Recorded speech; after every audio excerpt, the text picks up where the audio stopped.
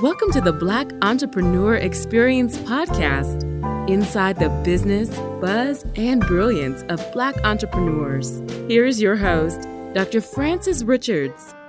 What happens in Vegas goes all over the world on Black Entrepreneur Experience episode number 498. Thank you for joining us as we elevate the Black Entrepreneur Experience by interviewing CEOs, thought leaders, innovative thinkers, and Black entrepreneurs across the globe. I'm your host, Dr. Frances Richards. Our next guest is transforming the music landscape for independent artists as founder of Universal Media X. It is more than a platform, it's a movement. Welcome, Jamal J. Salter. Pleasure to be here. I've given our audience such a brief bio. Why don't you fill in the gaps and share with our audience what you want them to know about you and your business? Well, starting with myself, I've been in the music industry since I was a child. I was pretty much a protege of my father, whose name is William Salter, multiple Grammy Award-winning songwriter and producer himself. So I've been exposed to, as a child, many of musicians and songwriters and artists and hit makers and all that stuff since I was a child. So I kind of have if that makes sense, a little silver spoon in my mouth, a little advantage, to be able to see and experience what it's like to do things the correct and professional way of doing things and making hits and so on and so forth. I'm also a multi-talented musician. I played multiple instruments, including piano, keyboards, of course, one and the same in a sense, drums, violin, trumpet, saxophone. So I've been trained to play all those different types of instruments from different classes. I've been a DJ as well. I still get called here and there to rock the crowds and everything, even to this day. That's great as well. That's fun work, It's good work, but it's also fun work. But when it comes to business and being in the industry and working with different labels and artists and managers and things like that, over time, there's been a common message, a common complaint, a common concern. And that common concern all had to be related to how do we as independent artists get our chance to really break through? How can we compete with the major labels? How can we have a voice that will really be heard? How can we get the exposure that we need? That question has been looming and people have been trying to figure this out for the longest of time by using multiple different types of marketing, promotion, advertising, many different ways of trying to get themselves exposed as best as possible and trying to get a deal and so on and so forth by any means necessary. And it's always been like one of the world's biggest challenges. And I would hear these complaints all the time. And I would talk to labels and A&R people as well. And, they have their thing and the artists have their thing. And it's just business is business and artistry is artistry. So as an independent person myself and working with the majors in the past as well, I tried to figure out a way to bridge the gap. Since I had the exposure and experiences working with major artists and A-list musicians and so on and so forth, but then also working a lot with independent people, artists and managers and DJs and across the board. The question was, how do we bridge this all together? How can we make the small guy be able to compete and have a decent level of exposure as the major label artist without having to spend your life savings, let's put it that way. And in the past, it's been almost impossible because, we all know that budgets are a key thing. It takes money to make money. And exposure is not for free and so on and so forth. About a year ago, I had a dream.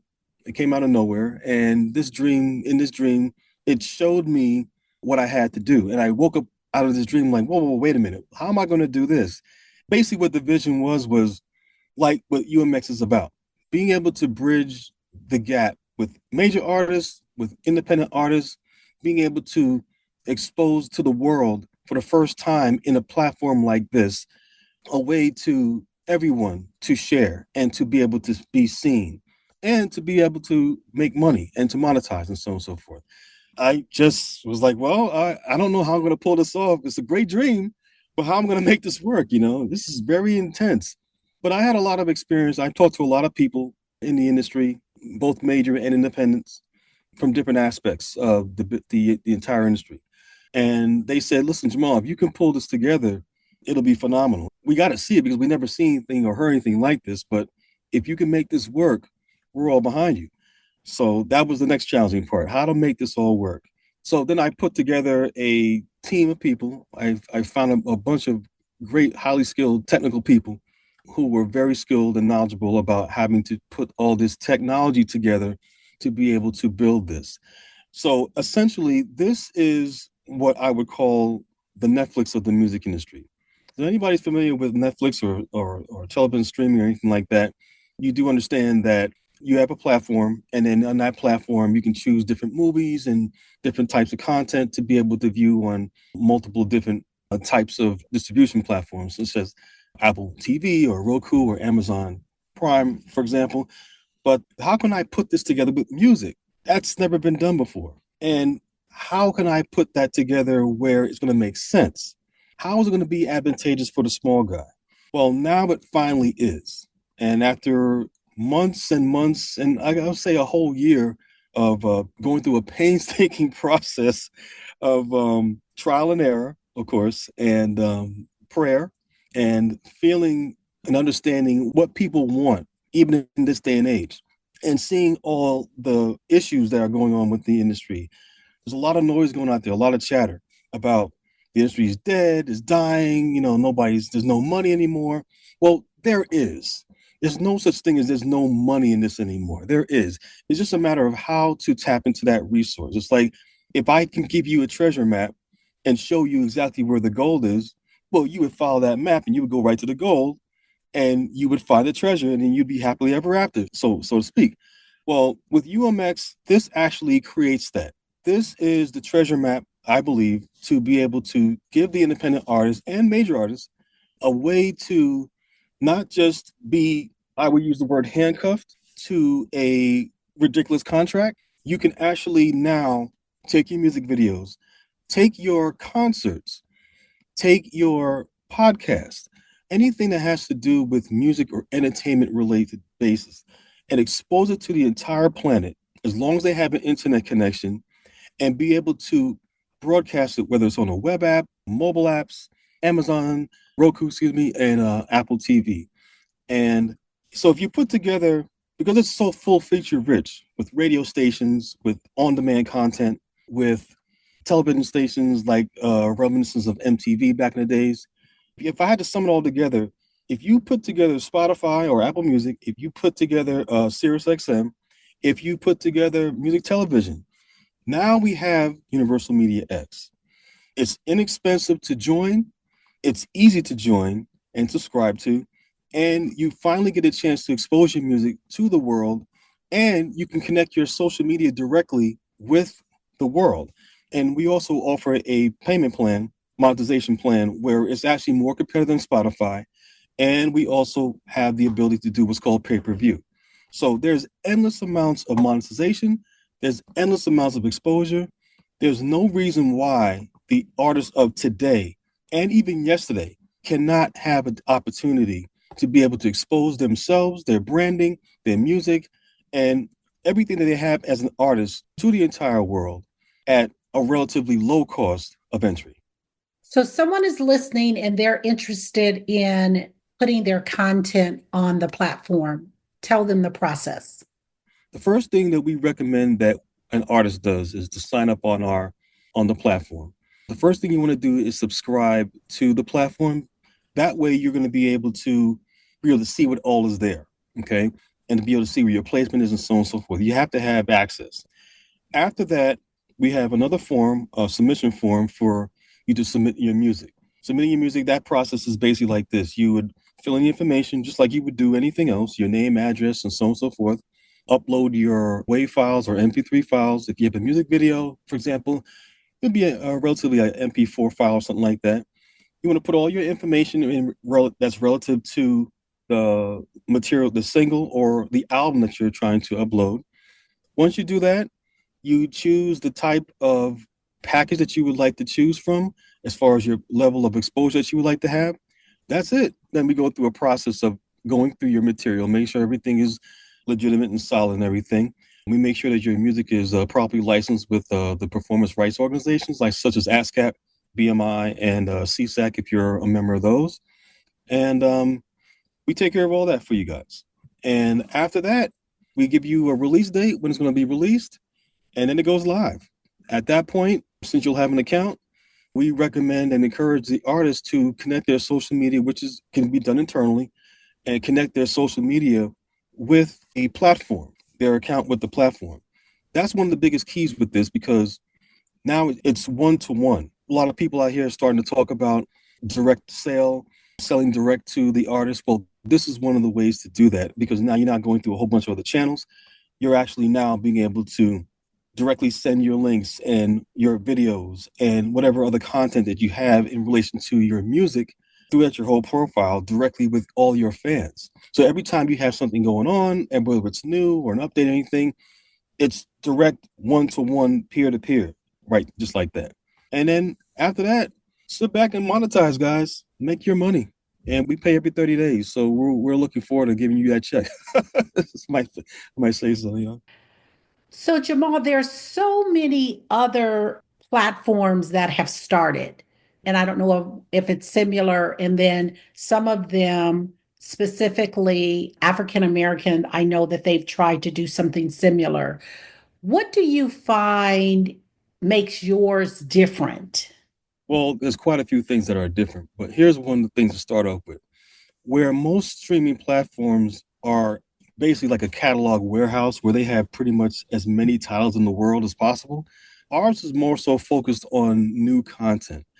If you think of it like a radio station or what are the new hits that are out now for the last week or month, so on and so forth, that's what this is more so focused on. Now, yes, we do have a large catalog of content, but with this, it's about, hey, I got a new release. I want to expose it. This is what's going on. And this is the place to go check all that out. Similar if you're listening to the radio, you're not going to turn the radio and hear all of last year's music on a regular basis. They're playing current hit music. UMX is designed like that as well to give everybody current hit music. So it will be the go-to, or I should say designed to be the go-to for people to hear and experience new content. Now, the other difference that we have is that we're not just music, we're also videos, we're also concerts, well recorded cinematic concerts as well. And we're also podcasts. And we have the room and the bandwidth and everything to even take that a lot further. So UMX is going to be an entire entertainment experience. It's not just one thing, whereas that's where most people are used to. So they'll go on YouTube to watch a video, or they'll go on Apple Music or Spotify to hear a song, or they'll do whatever to find whatever else that they're looking for at the time. But here's the place where they can get all their content that they're interested in, entertainment wise, all in one place. What do you find was the biggest challenge for launching this platform? That's a good one. The biggest challenge had to do with the learning curve because I'm not a technical person. Maybe I am to a degree, but I'm not the engineer. All right. One of the biggest challenges was I have my idea and I want the team to be able to do things the way I want them to do it. I want it to be designed the way I wanted to do it. And I actually pushed them further than they were used to be. So they were like, well, we got to figure out how we're going to do what you want, Jamal. Well, I know you can do it. So let's figure out how to do it. And this is what I want. And this is what I know the world wants because this is the feedback that we're getting. So I guess the best answer to that, it's the biggest challenge was making sure that the design was not only user friendly, but also the experience is going to be great and to be able to implement the technology properly and make it all work. Jamal, there are so many brands and businesses that are dominated. Talk about a brand or business that's dominate that you admire and why. That's a good question. Let's talk about AI, for example, artificial intelligence. Artificial intelligence is one of the biggest things right now, period. All right. Everything is going AI. If you don't have AI in any type of implementation, in any type of even a small way, you're kind of like in the past. You might as well be operating pre-pandemic. Okay. I'm kind of partial with it because the thing with AI is that it is something that's growing so fast that the average person cannot keep up with it. Okay. And that's a good thing and a bad thing. But it's one of those things where you're going to have to use it to your advantage. But I like it because, and I admire it because it's a tool. I wouldn't say that people should use it as something to do everything for them. I think people should still use their brains and still put themselves in things, but utilize artificial intelligence as a tool. I mean, we're already using like Siri, for example, on our iPhones and, and Alexa for Androids and so on and so forth. They're assistants, they're tools to make your life a little easier. And that's how you want to do that. You don't want to let that take over everything. Otherwise, you're not going to be, it's not yours anymore. You know what I mean? So I do respect it and I know it's not going anywhere. So that industry right there and that brand, I embrace it. That's the best way I can say about that. It's proper to embrace it.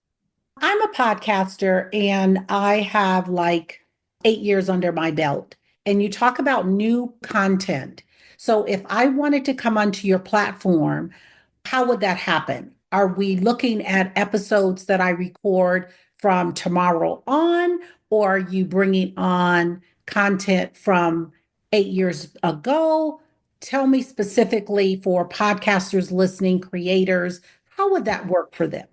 In a case of a podcaster, the more content that's there from day one to today, whatever, let's say 8 years ago to today, we want to have that up there.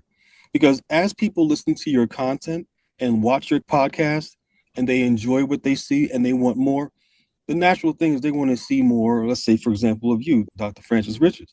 So they're going to want to see what was the episode last week?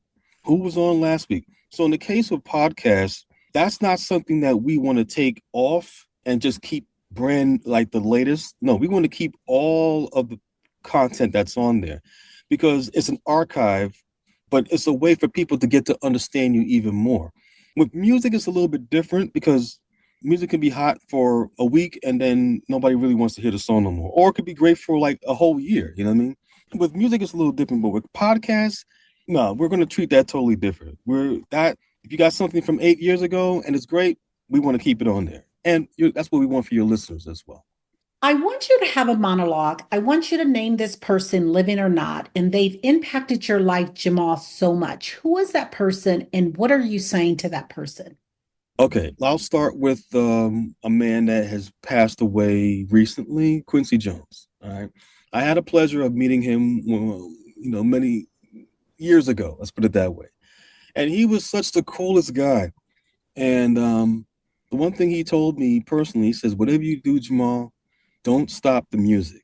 And I told him, I said, "I never will. For the rest of my life, I never will." He says, "That's one thing I want to make sure that you understand. Don't stop the music, Jamal. Don't stop the music." Okay. But I respect him because he was multi-talented. He was very brave.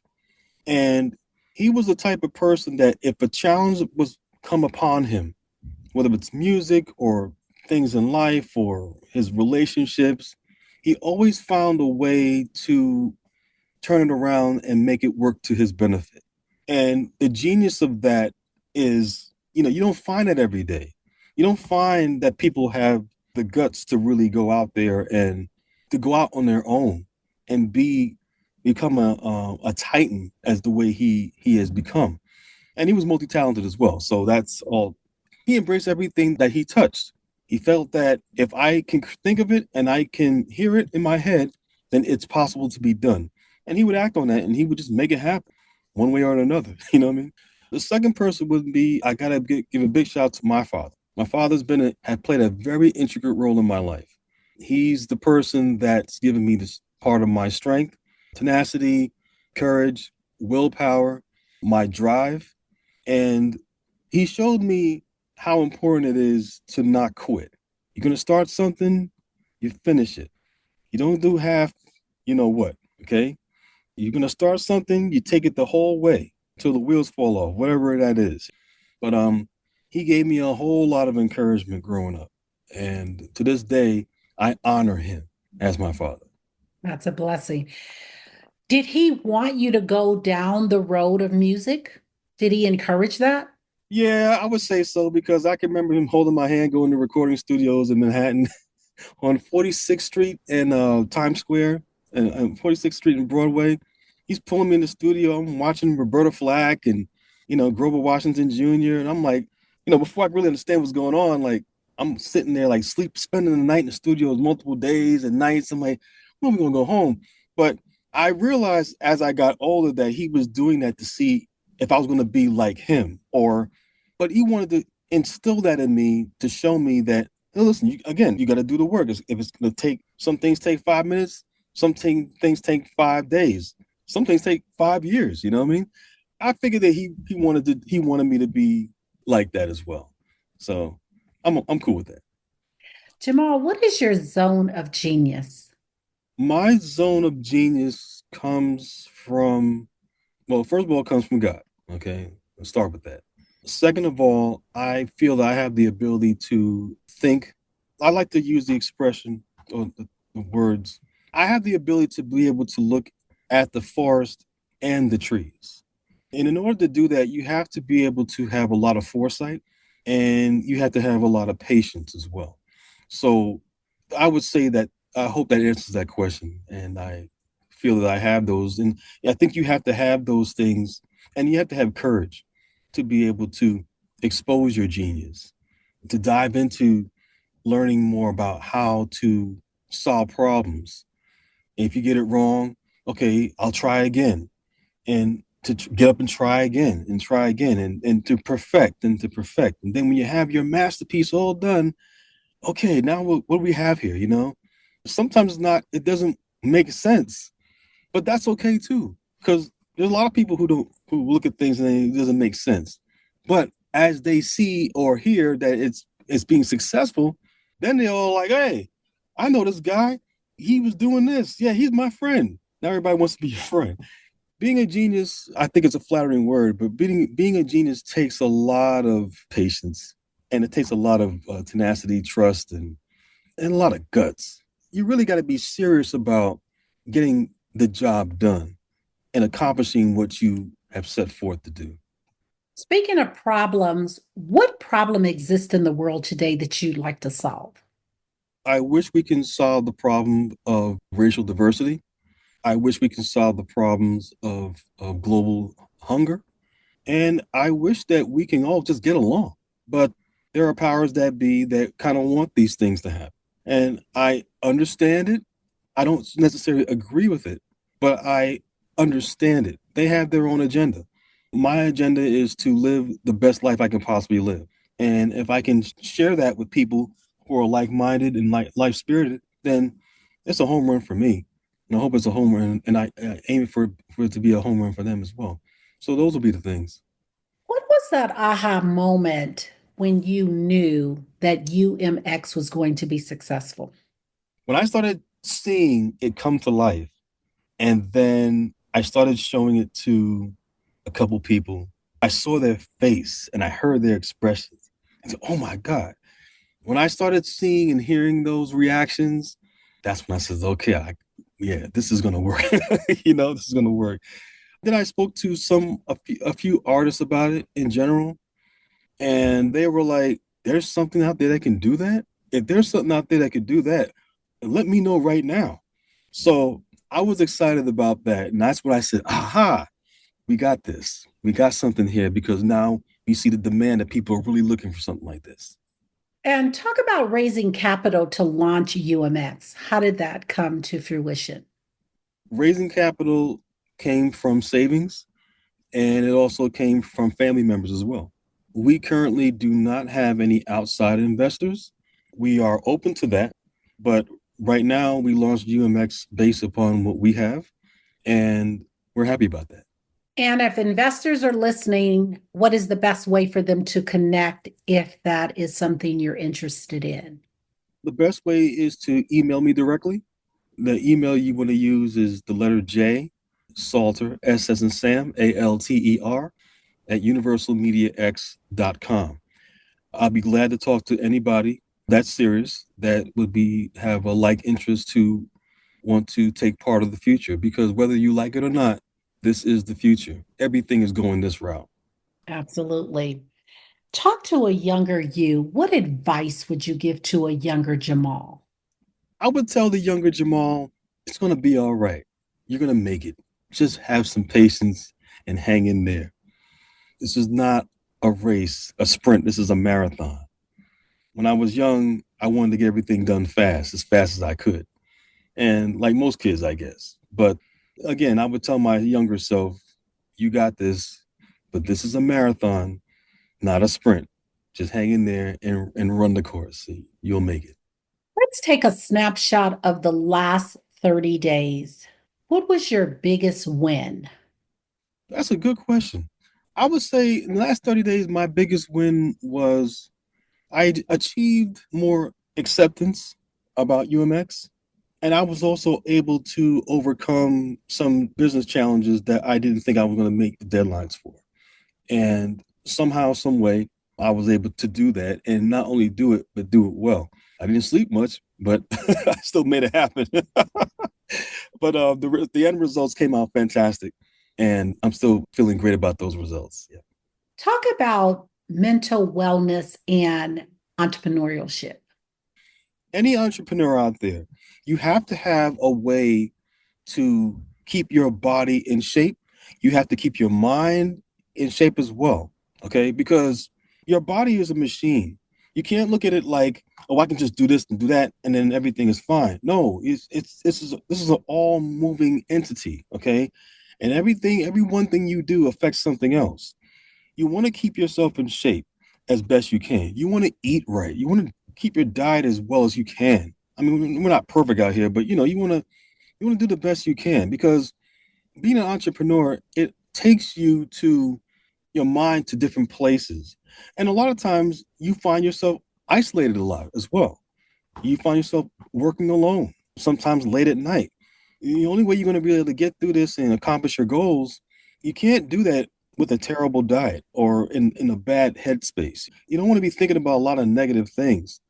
If you have if you have a God that you praise, whatever your religion is, then if that works for you, then fine. If it's the loved one and that person is an asset in your life, let them be closer into your life. Include them in the things that you do. Weed out the things that are not for you, whether it's people, places, or things, and keep the things closer to you that are going to be an asset to you. Those are some of the things that's going to keep you healthy and strong and give you the ability to go further as an entrepreneur. What can we do right now to support UMX? Well, you can subscribe. I would encourage everyone to support UMX right now. The first thing I would tell anybody to do is check out the platform, see what it has going on for it, check out the diversity that we have on there, and experience the magic. But the first thing you can do is go on there, subscribe. It's right now, the subscription rate monthly is $7.99 a month. It's very inexpensive. We have an annual rate of $79 for the year. Again, these prices are very, very competitive, and it's really nothing. But you're getting way more value than you would get on any other platform for that price. So that's what I would encourage people to do. Subscribe and enjoy. Enjoy the ride.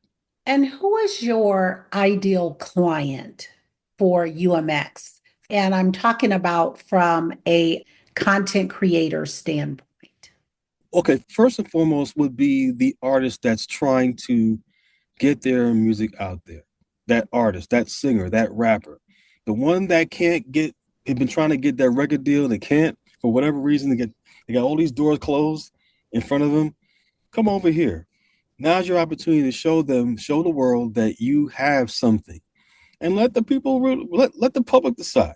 But I want to add something to that as well, is because I want people to understand this. This is no slight to any other platform, but this is important to understand.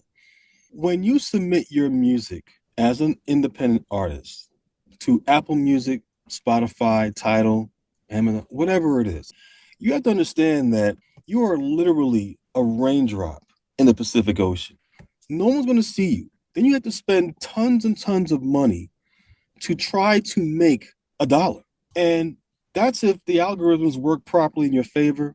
And a lot of times people are buying paying for bots and faking their streams and just so they can get something. Look, I get it. I get what you guys trying to do. You're trying to get ahead. Look, I'm happy for you. But in this day and age, you guys are also realizing that's not really working anymore. As a matter of fact, Spotify in the news in the last few months, they've been saying, look, we're going to cut back on paying you guys unless you reach a certain threshold. So you have to make at least $100 or 1,000, whatever the amount of money is. You have to meet a certain threshold before they start paying you on a point of a point 0.0000 cent per stream. Okay, so they're just taking your money. With Universal Media X, we pay you from stream number one. I don't care if you got 100 streams, 1,000 streams, 1,000,000 streams. Every stream counts. And you don't have to fight so hard to be able to get your attention.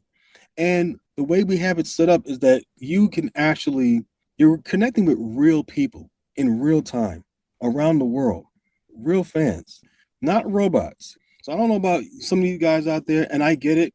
That's what people have been used to. It works. You making some noise. Okay, great. Problem is, you go out to a major label, try to knock on the door. Hey, I got 100,000 streams in a week. Really? And then when they go backdoor that, what happens? They find out that it's all fake, or most of it's fake. And then they're looking at you like, okay, really? So that's not working. Then on top of that, you're saying you got all that, and let's say you do convince somebody, or let's say a concert promoter, for example, and they say, well, you got that many people, then we should put up some shows. Okay, great. And the artists are saying to themselves, I hope this works, but they're not going to tell them. And then they set up these shows, these concerts, and they're predicting that, okay, if they got 100,000 subscribers or streams per week and it's supposedly real, now they're thinking, all right, well, we should be able to sell, put you in a concert hall that's in about 5,000 seats. And then they book it and they spend all the money for 5,000 seats, and then 10 people come. How does that even work? Okay. You know why that doesn't work? Because it's obvious that those are not real. That's a total disaster. It's just bad. Okay. So instead of going that route, UMX is designed to connect you with real people in real time, real fans who are listening, who want to learn more about you, who are listening to your music, who have and here's the thing, they've already subscribed. So these are paying live people who are actually listening and interested in what you have to offer. They're checking you out. This is your audience. This is real. You'll make more money and be more successful with 100 people than you would with 100,000 supposed streams on Spotify, because a lot of that doesn't matter. It's so I shouldn't say it doesn't matter, but I know I'm going off on this, but it's important to understand this. Change has come to the music industry. It's called Universal Media X, or UMX for short. In layman terms, when you're talking about streaming for someone, what does that equate to? Because, like, when someone is on YouTube and they're like, okay, we need so many views. And if you're on TikTok, and so in all of this different language, what does those numbers really mean in terms of streaming? Well, we have a breakdown. We're actually one of the only platforms that actually have a breakdown of all of our numbers from the United States and every country, what our streaming rates are. It's in black and white. Okay, it's actually posted on our on our website, and we do that for transparency reasons. We don't want anyone to say, "Well, I thought this and they said that," but we actually post it on there in black and white. We even break it down by every country. You want to know what streams are in Jamaica? It says it right there. You want to know what it pays in France? It shows it right there. You want to know what it says in New Zealand? No problem. Check it out. It's right there for you. United States, Canada. We have rates for every country, every island, every domicile that is within reason. Now, there are some countries that are not going to play ball because there's government restrictions. Like, and I'm not going to name them right now, but there's a few out there that they're different. Okay. But for the rest of the world that's playing ball and they're accepting music from the United States and around the other parts of the world, it's all right there in black and white. So I encourage people to check that out. They'll see what the streaming rates are right there. Not even Spotify is going to do that. They'll give you a brief paragraph about how they do it, but you don't really find out until you actually get a so-called royalty statement. And that's fluctuates, and that's never consistent either because it's based upon whatever's really happening. So that's the best way I can say that to answer that. Check it out on our website, universalmediax.com. And in there, you will see what the streaming rates are for your music.